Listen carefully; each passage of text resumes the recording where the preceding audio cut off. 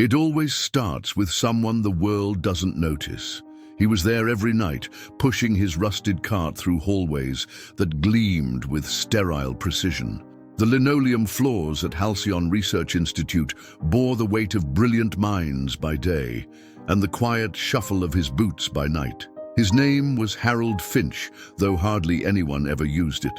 Around here, he was the janitor, the night guy, or simply not acknowledged at all. Harold didn't seem like much. He was in his late 50s, wore oversized glasses that always slid down his nose, and spoke in half whispers as if afraid his voice might offend the silence. No one ever asked where he came from.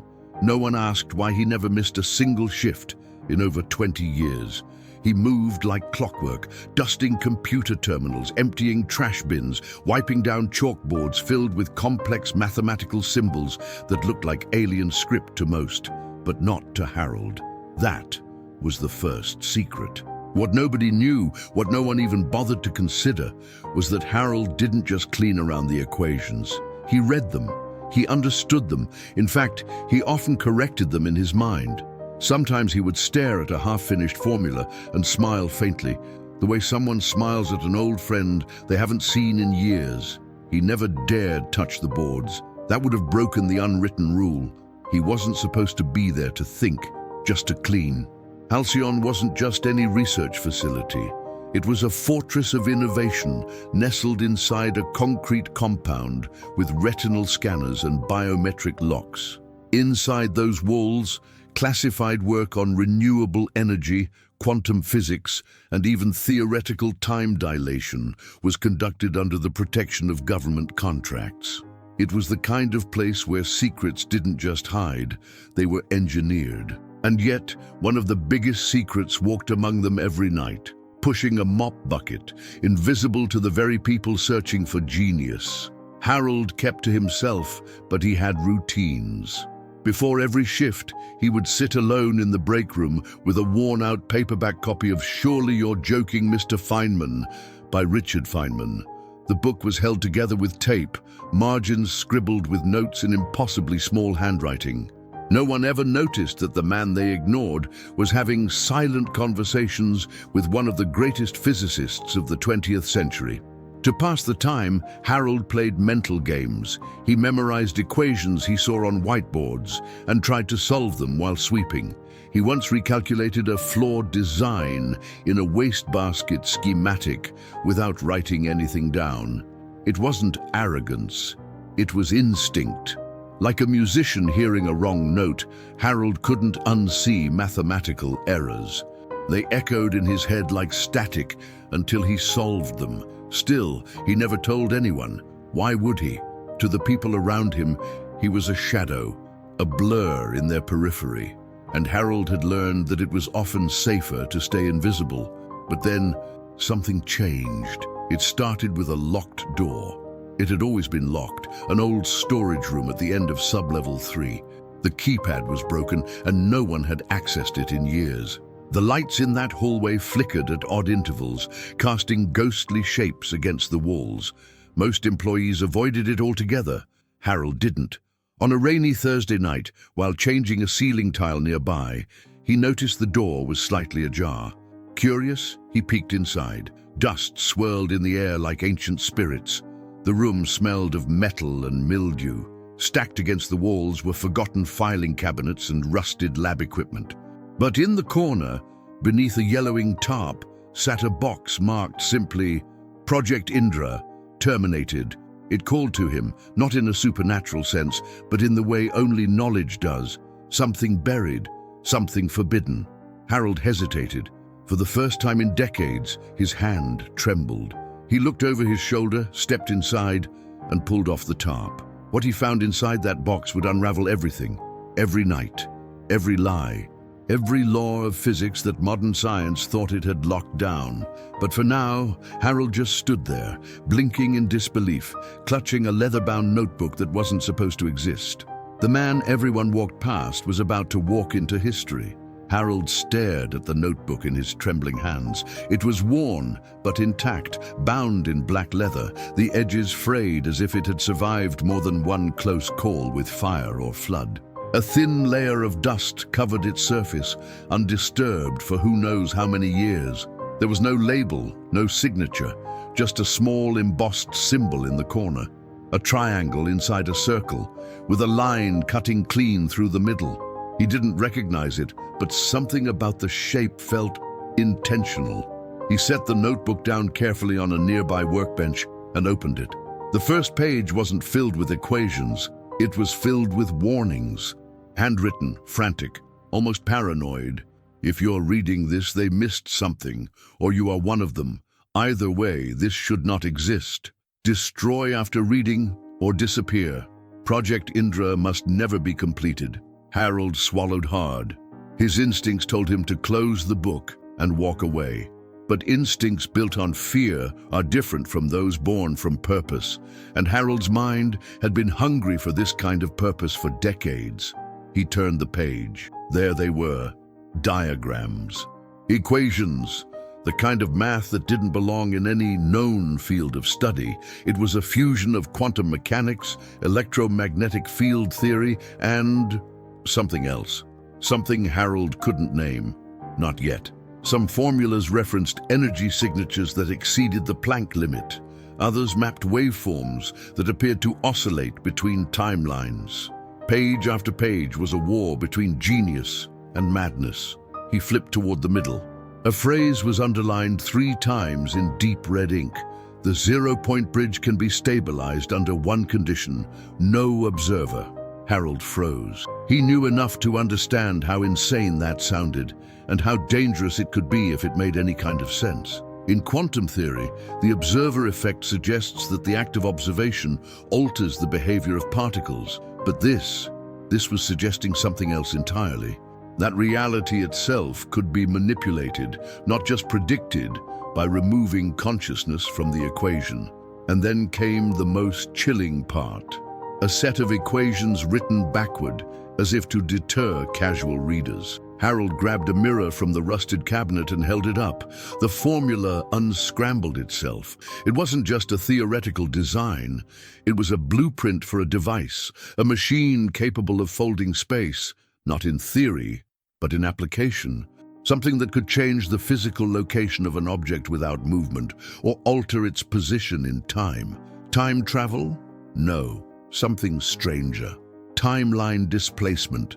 This notebook wasn't just some fringe scientist's fever dream.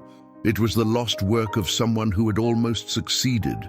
And if the initial dates were to be believed, these notes had been written in the 1970s, long before the modern theories of quantum computing or multidimensional physics had taken hold. Harold's eyes locked on one name written faintly in the margins: Dr. Reuben Kessler. That name rang a distant bell. He stepped out of the storage room and made his way to the staff records room, one of the few areas where his janitor's badge still opened doors. After half an hour of searching through brittle file folders, he found it. Kessler, R. Theoretical physicist, terminated 1981. Status, deceased. Cause, laboratory accident. But something was off. The report didn't list the nature of the accident. No incident number, no witnesses. Just a cold, final stamp. Case closed. Harold felt the air around him shift. He wasn't imagining things. This wasn't a coincidence.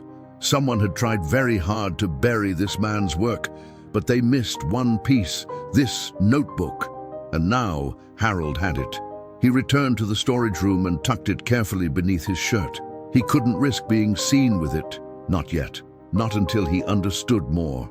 That night, he didn't clean the usual labs. He went home early, something he never did. He took the back exit, watching his reflection in the darkened windows for anyone following him. Once home, in the quiet solitude of his basement, Harold laid the notebook open again beneath a flickering lamp. The equations seemed to glow, not literally, but in his mind, they burned with urgency. He could feel it now. This wasn't just about science. It was about something much bigger. Something that had terrified a man into hiding his life's work. Something someone had killed to silence. Harold stayed awake all night, decoding, calculating, and replicating small models with copper wiring and salvage parts.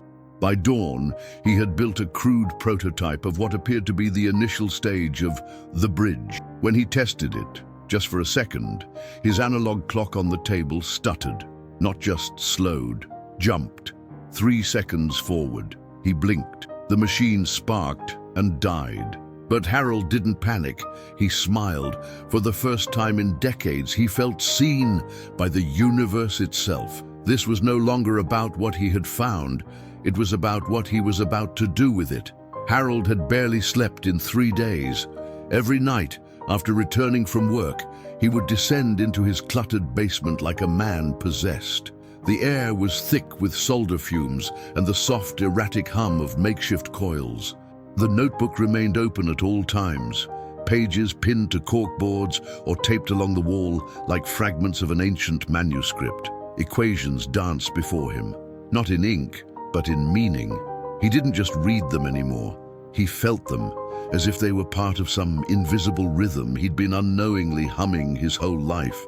But there was one thing he couldn't shake: Dr. Reuben Kessler.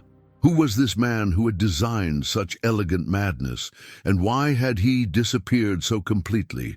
The official file had told Harold almost nothing, just a name, a termination date, and a suspiciously vague cause of death. No obituary, no press release, no family contact listed. A man with that much intellectual firepower didn't just vanish without a trace unless someone wanted him to. Harold had to dig deeper. Halcyon's internal network was nearly impossible to access without high-level clearance, but not to someone who cleaned every office and knew which researchers left sticky notes with passwords taped under their desks. One night, under the excuse of routine maintenance, Harold slipped into the secure archives room. He had 30 minutes before the motion sensors reactivated. He bypassed the biometric lock using a cracked silicone mold he'd made from a discarded coffee cup and got to work. The system was old, and that worked in his favor. He typed in Kessler, filtering by restricted status. The screen hesitated, then flooded with files, all red-flagged, most encrypted, except one. Subject R. Kessler, interview transcript, July 10th, 1981. Harold clicked. The transcript began with a routine inquiry by a security official, but as the questions unfolded, the tone shifted. Kessler had grown erratic, impatient. His responses bordered on manic, yet eerily coherent. "What you people don't understand," Kessler had said, "is that the experiment didn't fail. It worked. It worked too well. Define worked, Doctor. I sent the particle. It didn't just shift location. It shifted existence. It disappeared and reappeared 4 seconds later. The clocks confirmed it. But when it came back, it wasn't the same. The readings were off, as if it had been altered." The transcript ended abruptly, mid-sentence, followed by a final notation. "Doctor." Kessler placed on indefinite medical leave. Subject became unresponsive. Escorted off premises. Location unknown. No further documentation. No formal declaration of death. Harold leaned back, heart pounding. Kessler hadn't died in an accident. He'd been silenced, disappeared. The question now was, why? He suspected the answer lay not just in the notebook, but in what had happened after Kessler vanished. Harold began searching academic journals from the early 1980s, hunting for anything with Kessler's name. Nothing. It was as if every trace of his professional life had been scrubbed. But on a small fringe science forum buried deep in the web, Harold found a post from 2003. It was anonymous, written in cryptic language, referencing the bridge, observer paradox, and a term Harold had never seen before: echo persistence. Attached was a blurry scan page from what looked like Kessler's handwriting. The margin note read, "They're not sending messages back. They're sending replacements forward." Harold felt the blood drain from his face. Was that what the device really did? Replace matter, not just move it, but rewrite it. He printed the page and pinned it next to the notebook. There was no question anymore. This wasn't theoretical. Kessler had crossed a line in physics that shouldn't have existed. And someone, somewhere, had tried to cover it all up. But the most chilling thought was yet to come. If Kessler had been erased from public record and the project terminated, Why had the notebook survived? Who had left it behind in that abandoned lab room? And was it really forgotten or deliberately planted? Harold began to piece together a timeline. Kessler's final experiment was in mid-1981. Halcyon buried the project. The lab room was sealed. But someone, maybe Kessler himself, had hidden the notebook, hoping that one day someone might find it, someone capable of finishing what he started, or of stopping it before it went too far. Harold looked at the device he'd built. It wasn't as refined as Kessler's design, but it pulsed now, barely perceptible, a soft vibration that came in waves. When he placed his hand near it, his skin tingled. A strange warmth, followed by a chill, like passing through a membrane. He swore once he saw his reflection blink when he hadn't. The genius hadn't just disappeared, he had gone somewhere, and Harold was starting to believe that if he wasn't careful, he would too. But maybe that was the point. Because if the theories were right, Kessler hadn't been erased. He had become the first traveler in a universe not yet ready for time.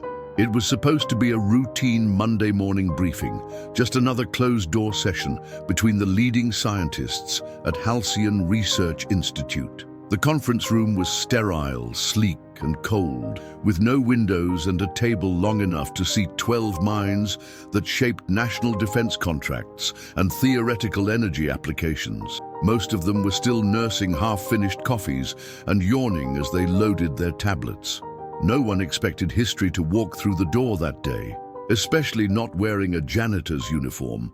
But Harold Finch had reached a point of no return. 3 nights earlier, after another quiet experiment in his basement, he had successfully displaced a coin 5 seconds into the future, not teleported, not launched or altered, just gone, and then back, exactly 5 seconds later, with minor but measurable changes in its atomic resonance.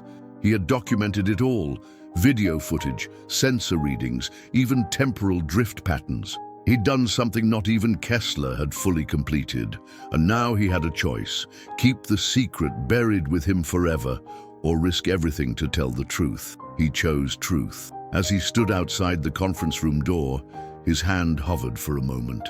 He wasn't supposed to be here, not as a speaker, not as anyone worth listening to, but that was about to change. He opened the door. The room fell into a stunned silence. Dr. Rosalind Everett, head of temporal theory development, looked up with a confused frown. "Excuse me, can we help you?"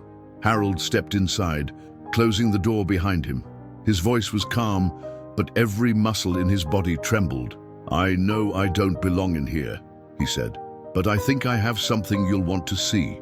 Everett was about to respond, likely to call security, when Harold placed a heavy manila envelope on the table and slid it forward. Inside were neatly organized reports, blueprints, calculations, and a flash drive. "This is from Project Indra," he said quietly. The room froze. The name hadn't been spoken in over 40 years. Dr. Malik, a senior physicist, raised an eyebrow. "That project is sealed, classified. Where did you get these?" "I found Kessler's notebook," Harold replied, "and I think I finished what he started." Now they were listening. One by one, they opened the folder, flipping through the diagrams and data. Their expressions shifted from skepticism to unease, and finally to awe. Harold could see it, the spark of recognition. They understood what they were looking at. Some of them even realized they were reading the impossible. Dr. Everett narrowed her eyes. "You replicated this?" Harold nodded. "I built a simplified model, ran 5 tests. Each time the object disappeared and returned 5 seconds later. Energy output dropped marginally with each test, but I adjusted the magnetic stability arc. It held." The room buzzed with murmurs. Malik leaned forward. "Do you have video proof?" Harold handed them the flash drive. "Time-stamped. I also included sensor logs." As the video played on the central monitor, jaws slowly began to drop. A screwdriver placed on the device. A pulse. The object vanished, then reappeared. Exactly 5 seconds later. Different angle. Same result. 5 tests. 5 confirmations. It wasn't theory anymore. "You realize what this means?" Everett whispered. If this is real, you've built a temporal anchor, a controlled displacement field. She paused, voice cracking. That's a Nobel, or a national security threat, or both. Harold didn't smile. I'm not asking for credit. I'm asking for help. Because if I can do this in my basement, imagine what someone else could do with the full blueprint. Everett stared at him, unsure whether to fear him or thank him. Why come to us? Because someone already tried to bury this once, Harold said. Kessler wasn't wrong, he wasn't crazy. They shut him down because he found something too big, something we still don't understand. Malik folded his arms. Why should we believe any of this isn't some elaborate forgery? You're a janitor. Harold stepped closer. His voice dropped to a near whisper. I read your work, Dr. Malik, on spatial resonance. You made a miscalculation on the waveform decay curve on page 17 of your 2021 publication. You forgot to carry over the error margin introduced by a fifth-degree phase shift. I corrected it. It's in the appendix. Malik blinked. That paper isn't public. I saw the draft on your office whiteboard 6 months ago. For a long beat, no one spoke. Then Everett reached across the table and tapped the intercom. Security, she said calmly. Hold all calls, lock this room, and bring Dr. Nassar in here now. We have something urgent. As the door clicked shut and the lights dimmed, Harold realized something terrifying. They believed him now. The world had finally seen him, but not as a janitor, as a threat, as a miracle, as a mistake. And once you're seen like that, you're never unseen again. The silence that followed Harold's demonstration didn't last long. Within 24 hours, the video files were duplicated and sent to internal review boards. Emergency meetings were scheduled behind unmarked doors. The phrase, containment protocol, was whispered in corridors where nuclear briefings usually echoed. Harold was placed on protective leave, a euphemism for quiet detainment in a private guest wing inside Halcyon's internal compound. Officially, he was a collaborator. Unofficially, he was a problem. Dr. Everett had promised transparency. This discovery could change everything, she'd said. You've earned the right to be part of what comes next. But Harold had lived long enough to recognize the cracks in a polished lie. Guards were now posted outside his door. His keycard stopped working. He could no longer access his own documentation on the network. And then the final sign. When he logged into the backup server he'd quietly mirrored days earlier, the data was gone. Not corrupted, not stolen, erased, surgically. The machine he'd built, disassembled. The readings, deleted.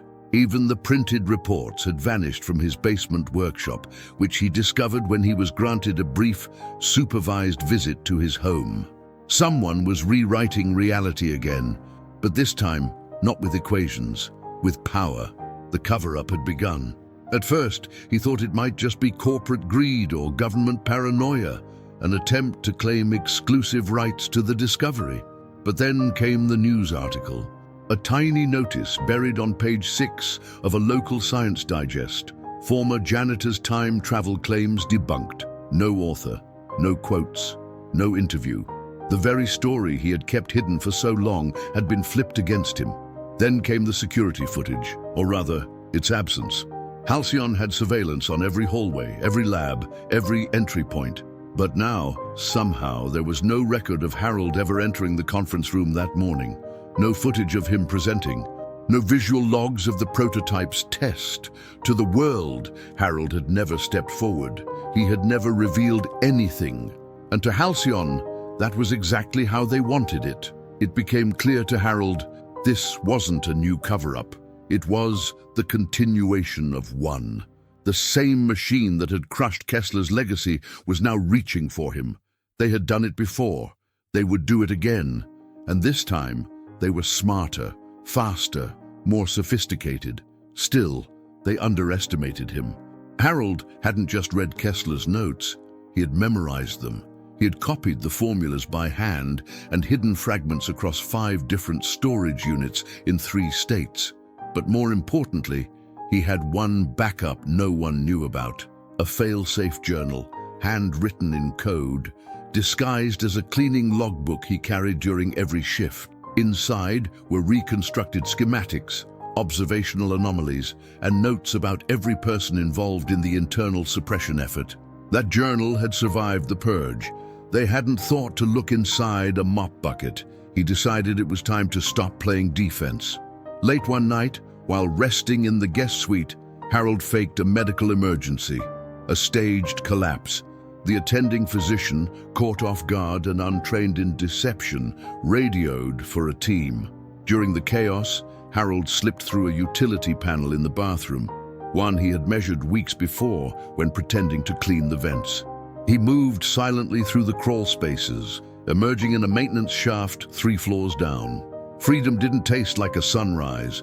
It tasted like fear, adrenaline, and duct tape holding his makeshift plan together. He made his way to an abandoned exit, the one no longer monitored after the West Wing renovation. At 3:43 a.m., Harold Finch disappeared from Halcyon, and just like that, the janitor became the ghost. Within 48 hours, a rumor began to circulate in independent science circles. A blog post from a user named Bridgewalker claimed that the original blueprints for Project Indra had survived and were being released in fragments across encrypted forums. That same week, an anonymous package arrived at the home of Dr. Everett. Inside was a single sticky note. The past can't be changed, but the future hasn't happened yet. Attached to the note was a thumb drive. It contained something far more dangerous than equations. It contained proof, time-stamped footage of the test, audio from the conference room, and a scan of the original notebook cover. The cover-up had failed once. Now it was unraveling again, but Halcyon wouldn't give up so easily. The Institute issued a public statement denying any affiliation with unauthorized technology. They called Harold unstable, delusional. They claimed the footage was AI-generated, but cracks were forming. Science forums debated the authenticity of the temporal signatures in the video. Independent physicists began analyzing the math, and quietly, privately, they admitted it was valid.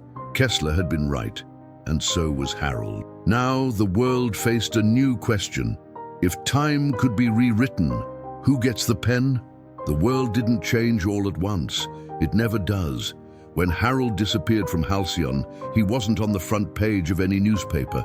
There were no government alerts, no public manhunt, just a quiet rewriting of the records, as if he had never mattered, as if he had never existed. But somewhere, on private drives, anonymous forums, and in the minds of people brave enough to ask impossible questions, his work lived on. In the years that followed, rumors continued to surface. A physicist in South Korea published a controversial paper on non-observed quantum dislocation. A German engineer applied for a patent involving an energy loop that supposedly reduced entropy under certain conditions, only to mysteriously withdraw it. In Argentina, a research student disappeared for 7 minutes during a blackout in a university lab and returned, dazed, claiming to have seen himself aged 30 years. They called it the Finch phenomenon, but no one could prove its origin. That was the genius of Harold Finch. His greatest act wasn't building the machine. It was seeding the truth, just enough for it to grow on its own, outside the control of institutions that had buried Kessler and tried to bury him. He didn't need recognition. He needed momentum. And momentum once started is harder to stop than any man. Eventually, the media caught wind of fragments. Fringe news sites began asking, who was Harold Finch? Why did Halcyon scrub his employment history? Why were there internal memos referencing event echo drift in years prior to his disappearance? But the official story never changed. Harold Finch was a disgruntled custodian who fabricated false scientific claims. Project Indra was a dead-end prototype. There is no such thing as temporal displacement. Still, something had shifted. In an underground lab in Oregon, a private tech startup, founded by former Halcyon interns, built a device called the Bridge Core. They never mentioned Harold, never referenced Kessler, but the math behind their system was unmistakably derived from the leaked blueprints Harold had once carried in a mop bucket. Within 3 years, they unveiled a prototype that could freeze subatomic particles in suspended animation. Not time travel exactly, but time interference. A controlled fracture in forward momentum. They called it temporal echo research. The world called it miraculous. The first practical application, medical diagnostics. Then memory enhancement. Then quantum computing processors that didn't just calculate possibilities, they remembered which ones had already failed, even before being tested. Somewhere, someone connected the dots. A statue was quietly commissioned in the Pacific Northwest. No name, no plaque, just a steel figure in janitor's clothes staring into a folded horizon like a wrinkle in space, frozen in metal. Those who knew the truth called it the Watchman, but Harold never returned. Not to the news, not to Halcyon, not even to the fringe forums. Some say he died alone. Some say he traveled too far forward and got stuck between timelines. Others believe he walked away intentionally, knowing that his presence would only be used against the very future he tried to protect. But then came the interview. It aired unannounced on an encrypted live stream. A man, face obscured, voice distorted, spoke slowly, calmly. The background was untraceable, but his words were unmistakable. "We were never meant to control time, only to understand it. What I built was not a weapon, it was a window. You don't walk through a window, you look through it and decide what kind of world you want to see on the other side." The feed cut off after 94 seconds, and yet those 94 seconds echoed louder than any press release. The clip was downloaded, shared, encrypted, analyzed. Linguists tried to decode the speech pattern. Physicists debated the phrasing of phase sequencing in the transcript, but one thing was agreed upon. That was Harold Finch, and he had chosen legacy over fame. Not long after, Halcyon underwent a massive restructuring. Funding was cut, projects were audited, classified patents were quietly retracted. Dr. Everett resigned. Dr. Malik disappeared to a private island funded by consulting contracts. Meanwhile, the bridge technology, decentralized and peer-reviewed, was being used to predict tectonic shifts before earthquakes, to scan genetic mutations before they spread, and to build distributed memory networks that allowed AI to think with something almost like intuition. None of them carried Harold's name, but he didn't need it, because the janitor, the man everyone walked past, the one who lived in the margins of history, had changed its direction forever. He hadn't cleaned the halls of Halcyon.